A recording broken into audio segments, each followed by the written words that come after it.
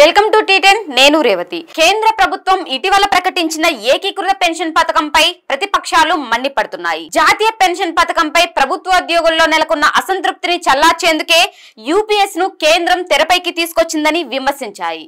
NPS కంటే UPS మెరుగైనదని చెప్పుకునేందుకు NDA ప్రభుత్వం అస్త్రకష్టాలు పడుతోంది.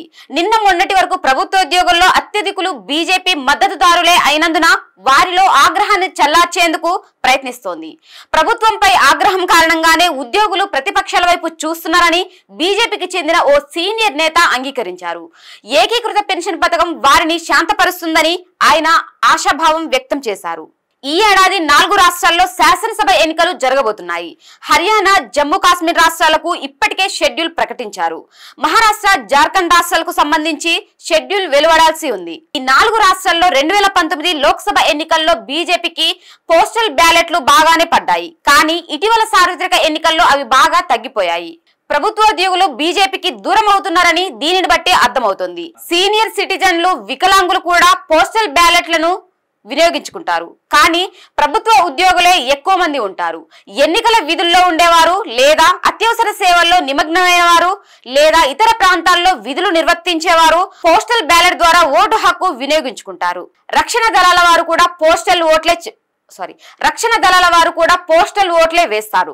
2019 ఎన్నికల్లో బీజేపీ హర్యానాలో క్లీన్ స్వీప్ చేసింది.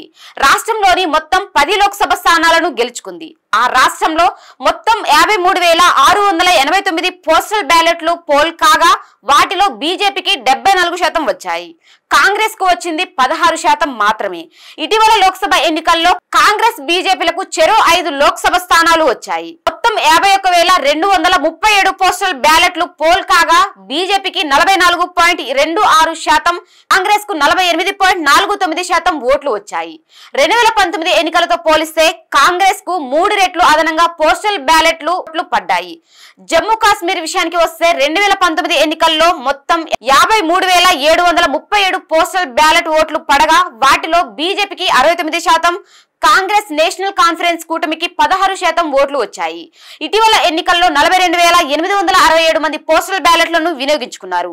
వీటిలో కాంగ్రెస్ ఎన్సీ కూటమికి 38.64%, బీజేపీకి 33.26% ఓట్లు వచ్చాయి. రాష్ట్రంలో బీజేపీ అవిభక్త శివసేన కూటమి 2019 ఎన్నికల్లో పోలైన 2.15 లక్షల పోస్టల్ బ్యాలెట్లలో 54.8% ఓట్లు సంపాదించింది. కాంగ్రెస్ అవిభక్త ఎన్సీపీ కూటమికి 30.15% పోస్టల్ బ్యాలెట్లు మాత్రమే వచ్చాయి. అయితే ఇటీవల సార్వత్రిక ఎన్నికల్లో 2.09 లక్షల పోస్టల్ బ్యాలెట్లు పోల్ కాగా ప్రతిపక్ష మహావాకస్ అగాడి అధికార మహాయుతి కూటమిపై పైచేయి సాధించింది. శివసేన, ఎన్సీపీ వర్గాలతో కలిసి పోటీ చేసిన బీజేపీ 39% పోస్టల్ బ్యాలెట్లు పొందగా కాంగ్రెస్, శివసేన, ఎన్సీపీ కూటమి 43.72% ఓట్లు సంపాదించింది. జార్ఖండ్ లో బీజేపీ, దాని మిత్రపక్షమైన ఆల్ జార్ఖండ్ స్టూడెంట్స్ యూనియన్ కలిసి 2019 ఎన్నికల్లో 57% పోస్టల్ బ్యాలెట్లు పొందాయి. కాంగ్రెస్ కూటమి 32.49% ఓట్లు రాబట్టింది. ఇటీవల ఎన్నికల్లో కాంగ్రెస్ కూటమి 47%, బీజేపీ కూటమి 42% ఓట్లు పొందాయి. ఇది ఇవాల్టి న్యూస్. చూస్తూనే ఉండండి టీ10.